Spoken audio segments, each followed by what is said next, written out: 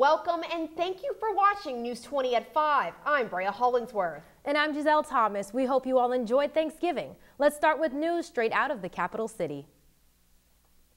Tallahassee authorities found a 13-year-old girl who was reported missing on October 13th.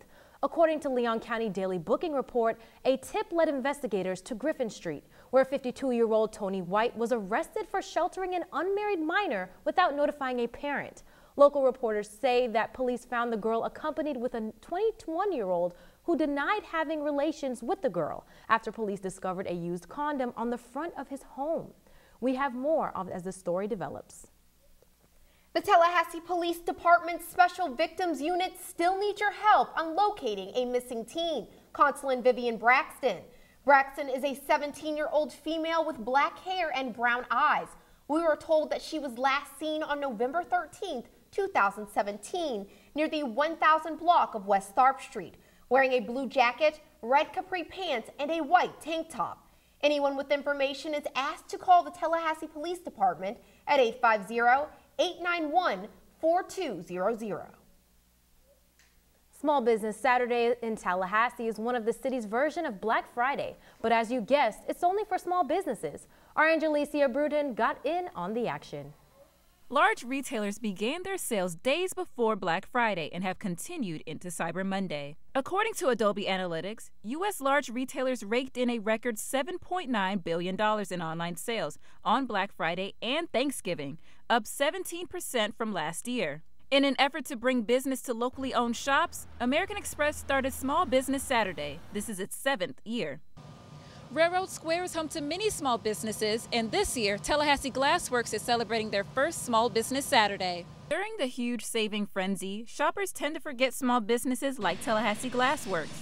Owner Max Epstein says he experienced his usual level of traffic. It was pretty average, honestly. We had about the same amount of foot traffic as we do on a normal weekend.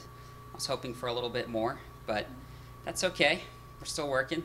Tallahassee Glassworks offers workshops and classes where you can learn the ancient Egyptian art of glass blowing. Prices range from $50 to $75, and to compete with large retailers, they have to get creative. Really, word of mouth has been our best advertising tool. Everyone loves when they come in here and make glass. Barbara Shoplock came in with her daughter and mother to make an ornament. She says she loves shopping at a small business for the simple fact that it is handmade.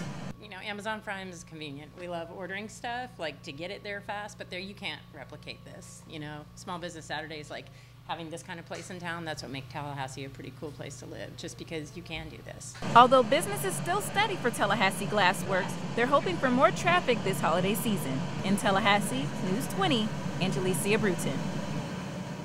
If you missed out on all the action this weekend, you can still catch Cyber Monday. A family was left with tragedy this holiday weekend after a fatal crash killed a young man.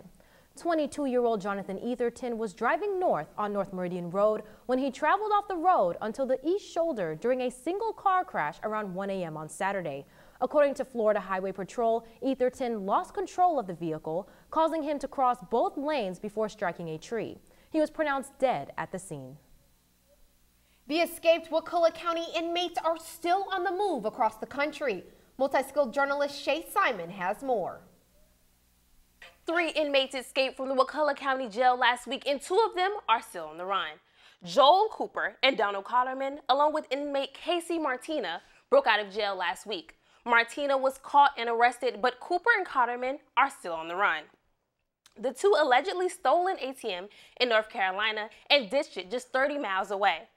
According to police, they are armed and dangerous. If you have any information regarding the fugitives, please contact 850-926-0800.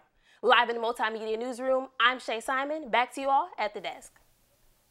Take a drive through the southwest side of Tallahassee and one would notice that it's awfully quiet. However, new changes are coming to the area and it's causing quite a bit of stir among residents.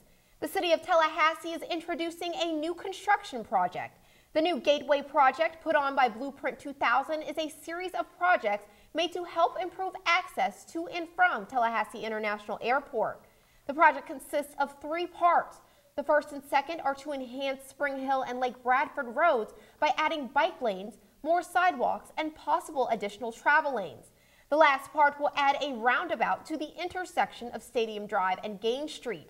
Blueprint 2000 held a series of meetings over the course of 1 week to discuss the project. Many community members shared their frustration with the lack of notification to residents. Well, we have an approved project that we've had on the books for like 15 years, and we don't understand why this new one that so heavily impacts our neighborhoods and takes money. Well, we haven't. The FSU portion of the project has not been approved yet, but if so, FSU and the Florida Department of Transportation will provide funding. A final meeting and vote will be held on December 5th. The project will cost over $58 million and will be funded through the penny sales tax. In Tallahassee, a family of 4 is now without a home. After fire broke out around 1 p.m. on the 1400 block of Callan Street, it destroyed the inside of the family's house on Thanksgiving afternoon. The fire was contained to one room of the house, but led to heavy smoke damage throughout the rest of the home. According to the Tallahassee Fire Department, an official cause has not yet been released, but the smoke damage made the home uninhabitable. Officials say everyone made it out safely and no one was injured. The Red Cross is currently assisting with housing for the family. Welcome back and thanks for sticking with us. I'm Brea Hollingsworth. You're watching News 20 at 5. And I'm Giselle Thomas. Let's switch gears into some national news. Hazmat crews in Florida are trying to contain molten sulfur leaking from several derailed train cars. About 9 cars, some of them carrying the hazardous material, derailed near Lakeland early Monday morning. Molten sulfur is used to make rubber, detergent, and fertilizers, and can turn into poisonous gas when exposed to fire. No injuries have been reported, but some people in the area are being told to stay indoors, close their windows, and shut off their air conditioners. It's unclear right now what caused the train to derail. There has been a volcanic eruption causing a lot of commotion in Bali. Multi-skilled journalist Brea Wesley has the details. Giselle, you're absolutely right. The ash began spewing into the sky after Mount Agung erupted 3 times Saturday in Indonesia. The ash reached heights of about 13,000 feet, according to the head of information and data for Indonesia's National Disaster Management Agency. The National Agency for Disaster Management also issued a level 4 alert recommending no public activities within 4 to 6 miles from the peak. Over the weekend, residents were evacuated from 224 points around the island. According to the latest report from the international airport in Bali, around 7,000 domestic and international passengers have been stranded. Well, that's all the information I have for you today. I'm Brea Wesley, News 20. Cries of no to slavery filled the streets outside the Libyan embassy in Paris over the weekend. The demonstration came just days after a CNN exclusive report shined a light on auctions in Libya where human beings were being bought and sold. Robin Creel reports on the shocking protests and pledges which have turned into investigations. Images from Libya that shocked the world. An exclusive CNN investigation that revealed the ugly slave trade that's happening on Europe's doorstep. For the past year, a CNN team has worked tirelessly to shine a light on this dark practice. And the scenes they filmed inside Libya have provoked both protests and promises of action. On the streets of Paris, hundreds of demonstrators shout no to slavery, demanding the Libyan authorities investigate, which they say they will do. Protesters could barely contain their anger. The leader of the African Union, Alpha Conde, also reacted harshly. On behalf of the African Union, I express my outrage at the despicable trade of migrants currently taking place in Libya and strongly condemn this practice of another age. As thousands continue to make the perilous journey from Libya to Europe, the International Organization for Migration warns that smuggling networks in Libya are, quote, growing stronger, more organized and better equipped, all of which allows the hidden horrors to flourish. A glimpse inside a nightmare many didn't even realize still existed in the 21st century. Robin Creel, CNN.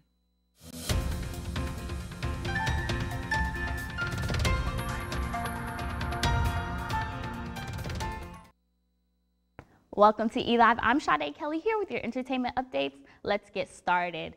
South Africa's Demi-Leigh Nel-Peters took the crown as the 66th Miss Universe Sunday night in Las Vegas. She beat out runner-ups Miss Colombia and Miss Jamaica. The 22-year-old says she wants to use her reign to champion HIV and AIDS and self-defense causes. Along with the title, Nel-Peters gets a year-long salary, a luxury apartment in New York City for a year, and a host of prizes. She is the second woman from her home country to earn the crown. And the royal family is growing. Prince Harry is engaged to actress Meghan Markle. They actually got engaged earlier this month, and the wedding will take place in the spring of 2018. Prince William and Duchess Kate say they are very excited for the couple. The pair were introduced in 2016 by mutual friends in London. Markle is best known for her role on U.S. hit show Suits, as well as her philanthropic work. And Disney Pixar's Coco won the box office this holiday weekend with the third best Thanksgiving holiday opening ever. It took in just over $71 million in North America between Wednesday and Sunday.